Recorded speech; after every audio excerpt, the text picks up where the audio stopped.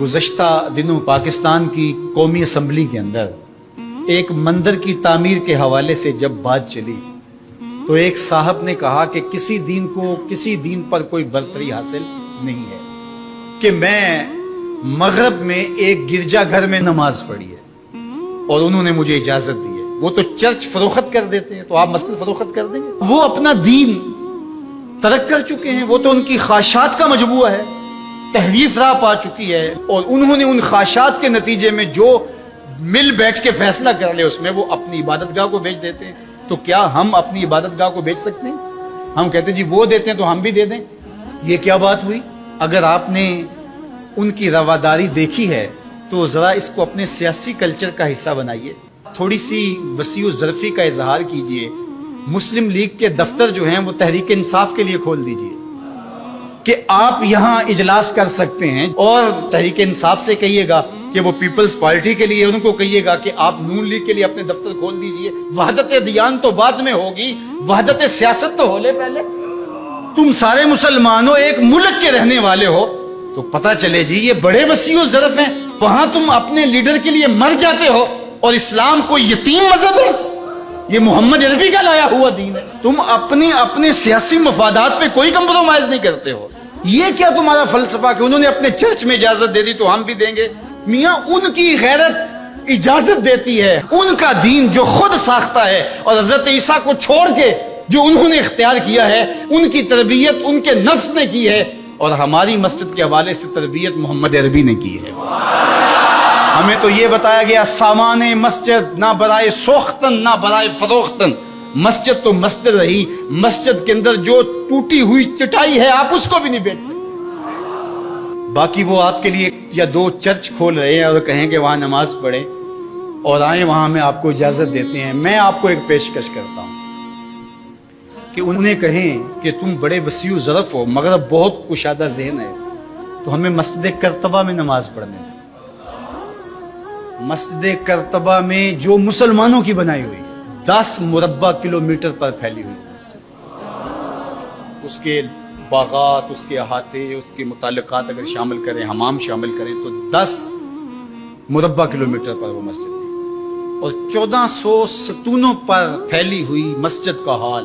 اللہ اکبر. جب رات ہوتی تو اس زمانے کے اندر 7,500 مشعلے اس مسجد میں چراغاں کرتی, 30 فٹ اونچا اس کا چھت ہے, اور آج بھی وہ دیکھنے کے قابل ہے. اقبال نے بے ساختہ وہاں جا کے کہا تھا کہ تیرا وجود مردان خدا کی دلیل, جنہوں نے بنایا ہے پتہ چلتا ہے کوئی تھا.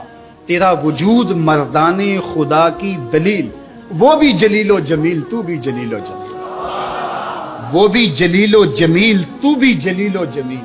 تیرے ستون بے شمار, تیری بنا پائیدار, شام کے صحرا میں جیسے ہجوم نخیل.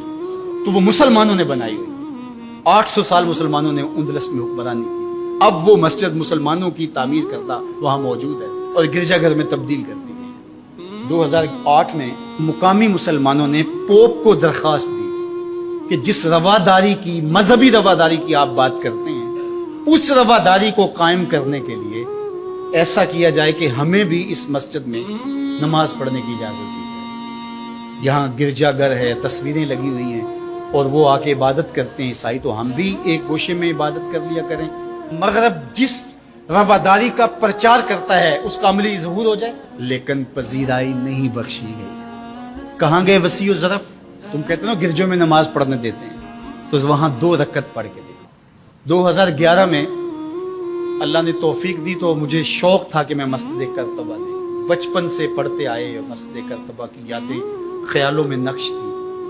تو جب میں وہاں پہنچا تو وہ دروازے پہ بتا دیتے ہیں کہ یہاں نماز کی اجازت نہیں ہے. تو اب وہ مسجد جہاں قدم قدم پہ اہل علم اور اولیاء کے پیشانیوں اور سجدوں کے نشان موجود ہیں, اب مجھے تو گوارا نہ ہوا کہ میں جوتا پہن کے جاؤں, تو میں نے جوتا اتار کے ایک سمت رکھ دیا اور مسجد میں داخل ہوا. تو سیکورٹی کے لوگ میرے پیچھے بھاگے اور کہنے لگے کہ آپ یوں نہیں پھر سکتے. کیوں؟ کہتے آپ نے جوتے اتارے. تو وہاں تمام مذاہب کے لوگ آتے ہیں, آپ جانتے ہیں کہ ان کے لباس بھی مختصر ہوتے ہیں.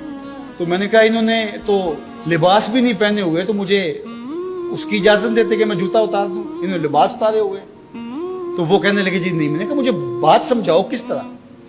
تو جو گفتگو ہوئی وہاں جو میرے ساتھ ترجمان تھے ان کے ذریعے سے وہ یہ تھی کہ چونکہ مسلمان مسجد کی تعظیم کرتے ہیں اور مسجد کی تعظیم عبادت کا روپ ہے اور وہ مسجد کو تقدس دے کر کے اس کی تعظیم کرتے ہیں, اور آپ نے جو جوتا اتارا ہے آپ کی نیت میں مسجد کی تعظیم یہی ہے. میں نے کہا بالکل یہی.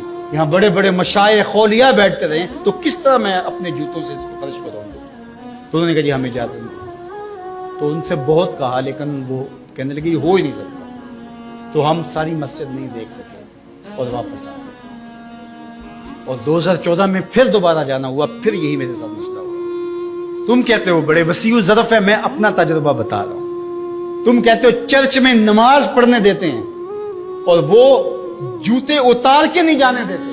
او میاں وہ تمہارے لیے ایک کھلونا رکھا ہے, تمہیں بہلانے کے لیے, تمہیں ورغلانے کے لیے وہ رکھا ہوا ہے. انہیں پتا ہے اس سے بہل جائیں گے اور وہ بھی شور جا کے کریں گے کہ ہماری مسجدوں میں بھی ایسا ہونا چاہیے, ہم بھی وسیع ظرف ہوں. وہ تمہیں دھوکہ اور فراڈ دینے کے لیے کیا ہے.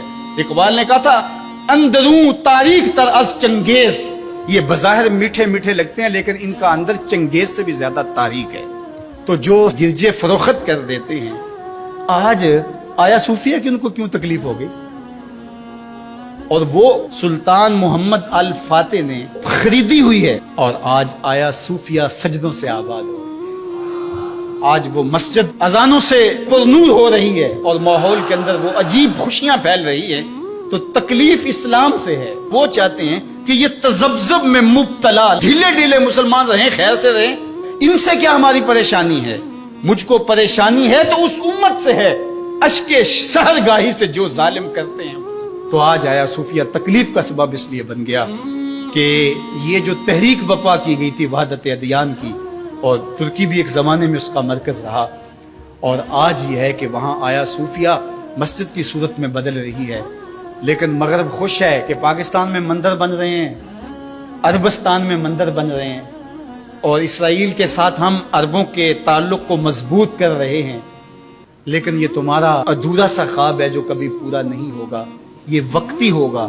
انشاءاللہ وہ وقت دوبارہ آنے والا ہے کہ پوری کائنات پہ جھنڈا میرے حضور کا ہی ہوگا. آ ملیں گے سینہ چاکانے چمن سے سینہ چاک, بزم گل کی ہم نفس باد صبا ہو جائے گی.